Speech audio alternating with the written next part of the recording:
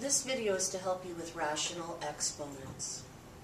The square root of something is the same as taking that to its 1/2 power.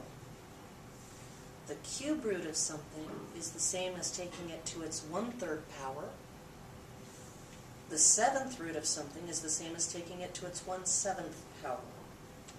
So just to give you an idea, the square root of 4 can be written as 4 to the 1/2 power, which is 2. The cube root of 7 is 7 to the 1/3 power, which we really can't do much with. And the 7th root of 9 can be written as 9 to the 1/7 power. We don't tend to do this much with numbers. We tend to do it primarily with variables. When we do deal with numbers, we try to make them friendly. So 8 to the 2/3 power. This can be rewritten as 8 to the 1/3 squared, right? I want to get the nice fraction. And what times 1 is 2? 2. So this is the same as taking the cube root of 8 and squaring it. Well, if you know what the cube root of 8 is, this is very easy to do. So what I want to know is what number times itself 3 times is 8. And it turns out that that is 2. So the cube root of 8 is 2, but I still have to square it, which means I'm going to get a final answer of 4. Let's try the same kind of thing here with the 216 raised to the 2/3 power. So again, I have 216 to the 1/3 power square, which means I can take the cube root of 216 and then square it. Well, what that means is I want to figure out what number times itself 3 times is 216. Well, we know if we cube a 2, we get 8. 3 times 3 times 3, well, that's 27. 4 times 4 is 16, times 4 again is 64. 5 times 5 is 25, times 5 again is 125.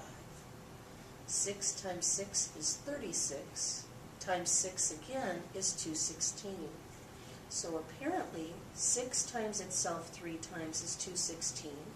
So this part is 6, but I still need to square it, and 6 squared is 36. 32 to the 4/5 power.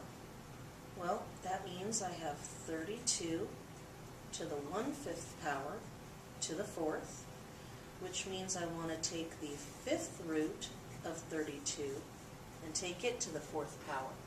So this time I need to think what number times itself 5 times is 32.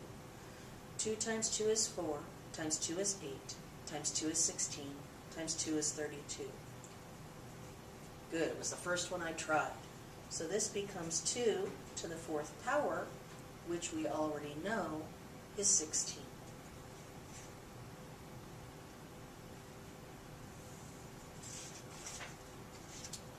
So now, let's try it with variables. The cool thing about variables is the square root sign is essentially division. So how many times can 3 go into 9? 3 times. How many times can 3 go into 3? Once. So the cube root of x to the 9th, y to the 3rd is x cubed, y to the 1st. Now on this one, it's that idea of distributing that exponent through the different terms. So this problem is going to be x squared times 4 and y to the 1/2 times 4, which will become x to the 8th and y to the 2nd. And I'm done. On this one again, we have to distribute that exponent, which we already did up above, so we know that that'll become x to the 8th, y to the 2nd. But now we need to simplify this one. Again, how many times can 3 go into 3? Once. And now I need to go back and collect those with my multiplication rules, which means I'm going to add the 2 and the 1. So my final answer will be x to the 8th, y to the 3rd. These are the 7 problems I want you to try for your formative assessment. 81 to the 1/2 power, 625 to the 1/4 power, 8 to the 1/3 power plus 64 to the 1/2 power. Your hint is, find out what 8 to the 1/3 power is, then find out what 64 to the 1/2 power is, then take those two answers and add them together. This one is the square root of x to the 4th y squared. So remember, there's an invisible 2 out here when you do your division. On number 5, I want the 4th root of x to the 4th y to the 8th. On number 6, I want x to the 1/2, that quantity squared, times the square root of x to the 6th. And then finally on number 7, we're throwing in a fraction, x to the 1/3 raised to the 6th power, divided by the square root of x to the 8th.